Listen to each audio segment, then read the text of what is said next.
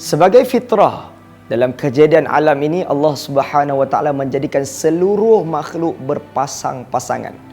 Jika perhatikan haiwan, binatang, tumbuh-tumbuhan, kalau kita boleh lihatlah. Bahkan kalau kita lihat diri kita sendiri sebagai seorang manusia, kita dijadikan lelaki dan perempuan.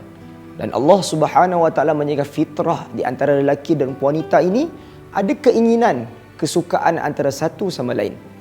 Dan sifat keinginan ini Allah Subhanahu wa taala letakkan dalam satu tabiat atau satu proses kemuliaan, iaitulah yang dinamakan sebagai pernikahan atau perkahwinan. Maka dalam Islam, perkahwinan adalah satu ibadah yang sangat mulia, sehingga baginda SAW menggalakkan para pemuda di zaman baginda untuk berkahwin. Nabi bersabda, "Man istata'a minkumul ba'ah falyatazawwaj." Barang siapa di antara kamu yang mampu, yakni mampu di segi zahir dan batin, mampu bekerja, mampu mencari nafkah dan juga kesihatan yang bagus, Nabi kata berkahwin. Dan ini perlu kita faham, apabila proses perkahwinan berlaku, maka terjadilah satu ikatan yang menyuburkan mawaddah, mahabbah, kasih sayang, percintaan antara satu pasangan suami dan isteri. Allah menyatakan dalam Al-Quran, "Wa min ayatihi an khalaqa lakum min anfusikum azwajan litaskunu ilaiha wa ja'ala bainakum mawaddatan wa rahmah." Kata Allah Ta'ala, di antara tanda-tanda kekuasaannya, yakni kekuasaan Allah, Allah jadikan manusia itu berpasang-pasangan. Wa ja'ala bainakum mawaddatan wa rahmah, dan Allah jadikan pasangan itu, ikatan itu dilimpahi dengan mawaddah, kasih sayang, rahmah dan juga belas ihsan. Dan ini yang perlu kita tanamkan dalam seluruh rumah tangga ataupun pasangan yang berkahwin. Perlu diterapkan nilai kasih sayang. Kerana kita melihat ada orang yang berkahwin tapi kadang-kadang tercetus dalam rumah tangga tersebut sesuatu yang sangat menyedihkan, sehingga menimbulkan pergaduhan, kekasaran, pelbagai lagi isu-isu yang kita lihat di luar sana, sehingga melibatkan pertumpahan darah pun berlaku. Jadi ini sangat-sangat mengerikan. Bagaimana satu perintah Allah Ta'ala yang sepatutnya dijadikan landasan ataupun pentas untuk menjalin cinta yang penuh keberkatan, penuh rahmat Allah Ta'ala, tetapi dicemari dengan sesuatu yang dimurkai oleh Allah Subhanahu Wa Ta'ala. Dan ini perlu direnung oleh kita bersama-sama.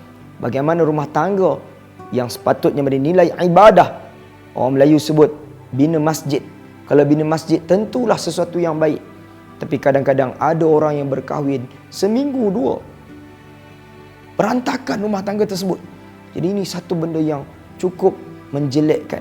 Dan kita mendoakan seluruh pasangan umat Islam di luar sana, maupun yang baru berkahwin atau yang sudah lama berkahwin, dilimpahi keluarga mereka dengan kasih sayang, dilimpahi keluarga mereka dengan penuh nilai kehambaan sebagai seorang manusia yang benar-benar bertakwa kepada Allah.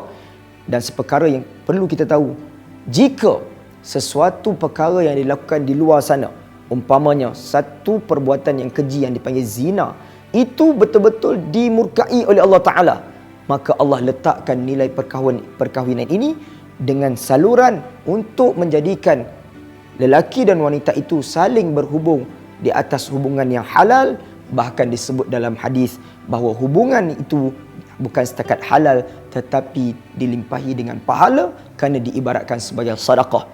Para sahabat pernah diceritakan oleh baginda SAW, sesungguhnya berlakunya hubungan suami dan isteri itu, hubungan seksual maksudnya, menjadikan itu sebagai ibadah atau sedekah. Lalu ditanya oleh para sahabat kepada baginda sallallahu alaihi wasallam, "Ya Rasulullah, bagaimana hubungan seksual boleh menjadi sedekah?" Lalu Nabi menjawab, "Jika perkara itu dilakukan dengan cara yang dimurkai oleh Allah, itu mendatangkan dosa. Lalu apakah jika dilakukan dengan jalan yang halal? Tentu Allah Ta'ala meredai dan menjadikan itu jalan kebaikan untuk mana-mana pasangan suami dan isteri." Ayo suburkan hubungan cinta suami dan isteri ini dengan memperbanyakkan aktiviti yang menyeronokkan, yang menjadikan hubungan itu terus subur.